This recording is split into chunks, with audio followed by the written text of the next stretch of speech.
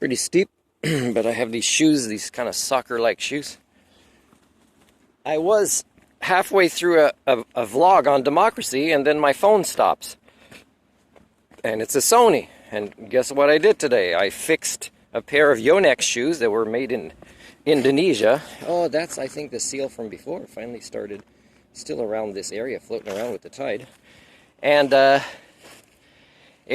it was made in Indonesia. It's a good quality, super expensive. And I had to re-sew the tongue of the shoe that detached itself when I wasn't even pulling on it. I was just pulling on the laces. So it's not as bad with products from those countries, but I mean, also from China, when I bought this backpack in these dollar stores, these Dollaramas or whatever you want to call them, they actually they have most items in there that we don't need, right? They're things we want, and it feels good to have gotten so many for a low price. But when the customer gets screwed by getting an incomplete product, really, is you have to do the sewing. So I have to fix this backpack. Pretty sure they won't exchange it or take it back. That you can tell, I mean, you can tell if you examine it, that stitching, something that's supposedly civilization that is 5,000 years old should be able to do properly, but it's done in a way that we have to finish the labor ourselves after using it a few times and it breaks down. We have to finish showing things properly. And people, you know, in Canada and many countries is the real democracy in societies that work with magic. You know, the monetary paradigm is use the magic in a democratic way. That means don't buy these products. And I'm trying not to, and I have another backpack, but I can't bring the big one, the better one all the time. And so it's not fun. This phone just went out when I didn't touch anything or do anything, and the battery's fine and the storage has space, but it just stopped. It's Sony. And I used to love Sony. I used to have many Walkmans from Sony. I still have a tape one that runs on one AA battery that is awesome, but they've also made really crappy ones. And when a brand becomes very popular and famous, the quality goes down, right? And it often gets a good reputation because the quality is good. And then it actually, you know, when it makes defective products or some that weren't built properly, they send it to countries with the brand name. Like, you know, there's African countries that have Nike shoes that are of such low quality that I would be embarrassed to have kept the logo of Nike on it, but they get away with it.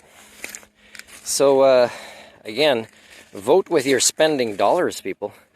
Okay, so I'll talk more about consumerism, what consumers can do to actually create societies with more quality in them. But people, I mean, the writer of the book, Zen, The Art of Motorcycle Maintenance, you know, it was pretty philosophical and complex, but the story is about the decline of quality in culture, and I think maybe many people that like that book didn't really understand that that's what it's about, and that person didn't want to compromise, and it, you know, increased their mental illness. And I've found ways to compensate for that it no longer sends me in depressions or fits of anger.